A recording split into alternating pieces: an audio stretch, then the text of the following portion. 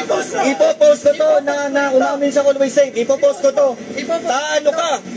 Talo ka, ipopost ko to. Talo ka, ipopost ko to. Bakla ka, ikaw bakla. Ikaw bakla. Ikaw bakla. Parang bata. Ano ba yan? Ang programang ito ay rated SPG. Striktong patnubay at gabay ng magulang ang kailangan. Maaaring may masiselang tema, lengguwahe, karahasan, sexual, horror o droga na hindi angkop sa mga bata. Welcome sa isa na namang discussion review.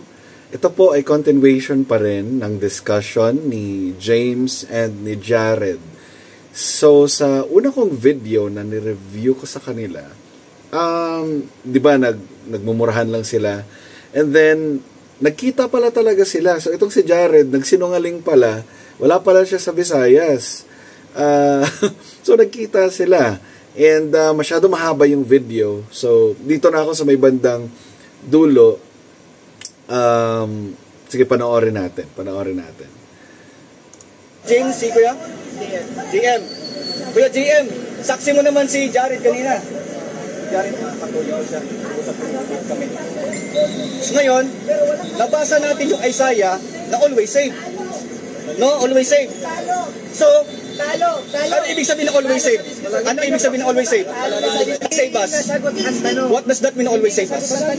Palaging ligtas daw. Palaging ligtas daw, always safe. So, sa Biblia, merong palaging ligtas. So, hindi siya naniniwala na may palaging ligtas sa Biblia. So, ino ni JM, always safe daw.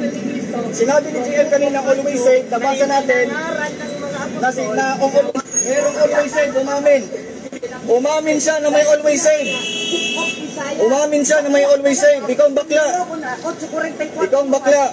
So merong always safe. Ikaw ang Diablo. Ikaw ang anak ng Diablo. Nabasa always safe. Nabasa natin always safe. Nabasa natin always safe. Talo ka. Ayun! Inamin nila. Ayun, always safe. Ano ibig sabihin ng always safe? Ano ibig sabihin ng always safe? Oy, takot siyang tanungin, guys. Takot siyang tanungin. Ikaw ang bastos. Hindi ka naman nagpapaliwanag. Ikaw ang bastos. Ikaw ang bastos. Bastos ka, Jay. Ikaw ang bastos. Huwag manginig ang kamay mo, Jay. Ikaw ang bastos. Ikaw nanginginig. Hindi ako nanginginig. Oo, ngayon. Hindi ako nanginginig. Ngayon, guys. Hindi ako natatakot sa'yo kung ikaw lang. Hindi kita tinatakot. Hindi kita tinatakot. Ay, ipag-usap ako sa'yo. Ngayon, napatunayan, umamin siya na always save. Nabasa kanina, umamin na always save. Umamin siya. Umamin siya na always save. Umamin siya na always save. Umamin ka, talo ka, umamin ka. Talo ka, umamin ka. Ipopost ko to. Ipopost ko to na umamin siya always save. Ipopost ko to. Talo ka. Talo ka, ipopost ko to. Talo ka, ipopost ko to. Bakla ka, ikaw bakla. Ikaw bakla. Ikaw bakla. Parang bata. Ano ba yan? So uwi ka na yan. Ay, ikaw umuwi. Uwi ka na. Ikaw umuwi. Uwi na wala. Talo ka. Talo siya. Guys, dahil wala ka. Ayun, uwi na daw siya, guys. Uwi na daw siya. Tanong ko sa'yo. Uwi na daw siya. Nasa mo sa Isaiah, synaptic gospel ba ni Kristo? Si Kristo nagsalita. Synaptic. Ngayon Si Kristo nagsalita. Sagit lang, sumagot ka. Si Kristo nagsalita. Sinabi mong si Kristo ang nagsalita. Oo. May nakalagay bang one save, always save gaya ng Always save nga nabasa. Always save na nabasa. Always save nabasa. Napahiya ka. Umaatras siya. Natakot sa OBFD.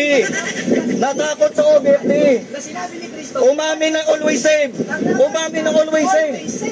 Umamin sa always save. Anong ibig sabihin ng always save? Talo ka. Talo ka. Talo ka. Itong bakla. Itong bakla. Itong bakla. Siraulo ka. Ikaw siraulo ka. Bakla ka. Malis ka dito.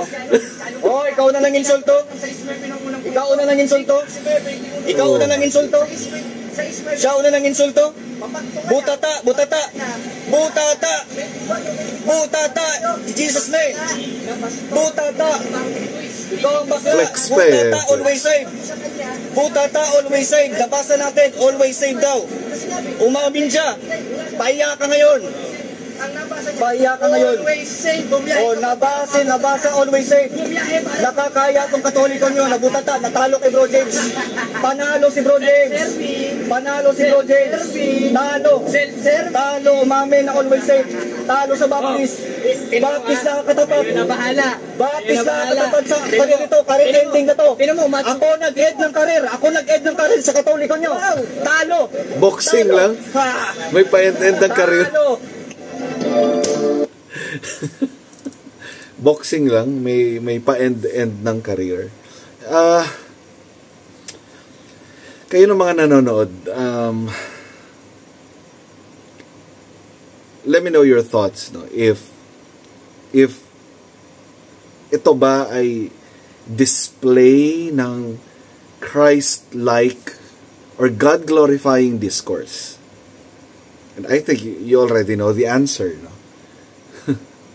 Hindi talaga. Merong instance na na may nag-message sa akin.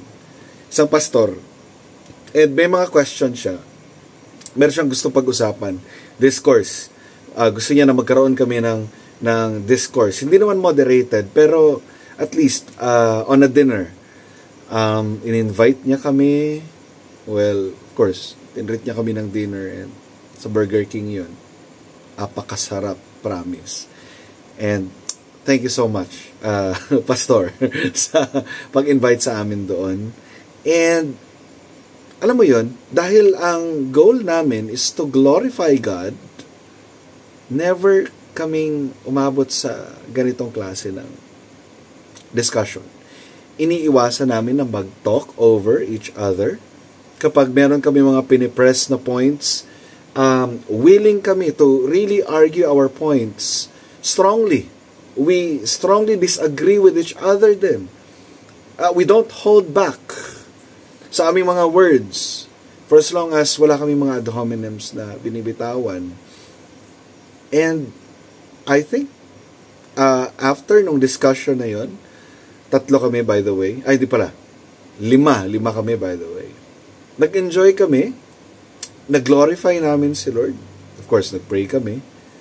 And hindi man kami umabot doon sa point na lahat ng pinag-usapan namin ay nag-agree kami. Meron pa rin kaming mga disagreements after ng conversation. Pero alam niyo yun, achievable ang isang meaningful discourse even if both of you ay merong intention to persuade, to be consistent, to win the argument, and to win the person. No? So, possible pala yun. But, sa nakita natin ngayon sa Kalye serye ni James and ni Jared, unfortunately, hindi natin makita yun. This is a battle of the pride. Okay, no? Battle of the pride. Battle of the prideful. Sino ang mas prideful sa kanilang dalawa? Sa tingin nyo, sino ang mas prideful sa kanilang dalawa? May kayo na ang bumoto. Bumoto na lang kayo sa comment section. Mas prideful ba? Tingin nyo si James or mas prideful tingin niyo si Jared?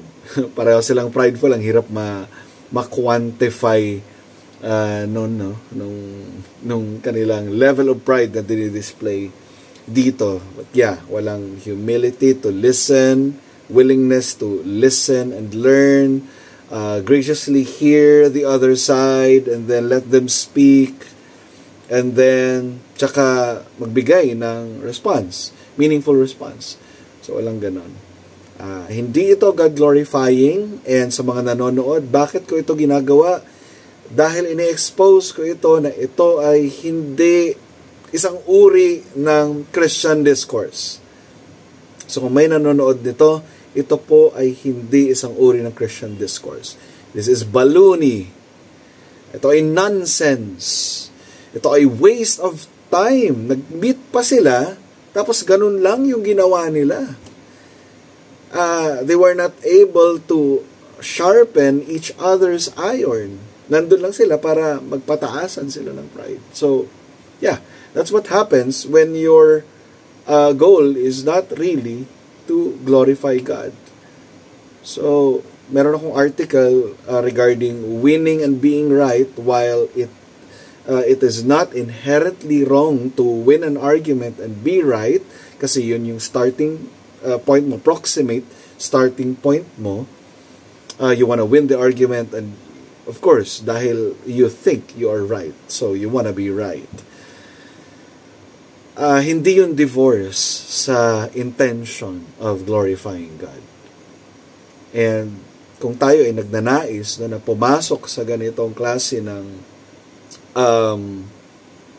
larangan, mga discourse, mga debates, dialogue sa mga unbelievers, kahit sa kapwa Christian, let's always seek na understanding on both sides. Sabi ni James, dapat quick to listen tayo and slow to speak. Pakinggan natin both sides. Pakinggan natin si other side, and then okay, if tapos na siya, then tsaka tayo magsalita. Now, kaya ba nating i-perfecto? Hindi. Hindi natin kayang i-perfecto, but at least hindi ganito kagulo. Hindi ganito kagulo. Alright, so yun lamang. So hindi ko alam if meron pang kasunod itong kalye serye ni James and Jared. But anyway, naway hindi natin tularan ito because ang ating attitude is we should always think God's thoughts after Him.